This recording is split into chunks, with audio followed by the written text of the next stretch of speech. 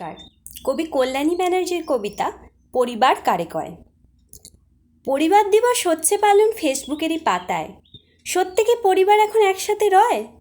ছিটকে গেছে পরিবারের মানুষগুলো কে কোথায়। পরিবার বলতে যা বোঝায় তা তো এখন নেই। আত্মীয় স্বজন হয়েছে এখন আপদ বালাই। অণু থেকে পরমাণু হয়েছে পরিবার। স্বামী, স্ত্রী, সন্তান, ছোট্ট সংসার। সেখানেতে জায়গা নেই হয়তো মা বাবার।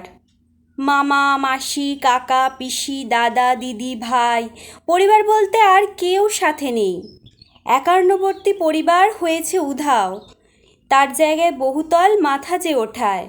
তার মধ্যে এক এক খোপে থাকে এক এক পরিবার। নিজের মতো থাকে তারা, করে না তো কারো খোঁজ খবর। মানিয়ে নেওয়ার ক্ষমতা নেই, ধৈর্য সহ্যের বড় অভাব নতুন এই জেনারেশনের। করছে বিয়ে, হচ্ছে ছাড়াছাড়ি, বাচ্চা থাকলে সে মাঝখানে যায় গড়াগড়ি। কেমন করে তারা তৈরি করে পরিবার?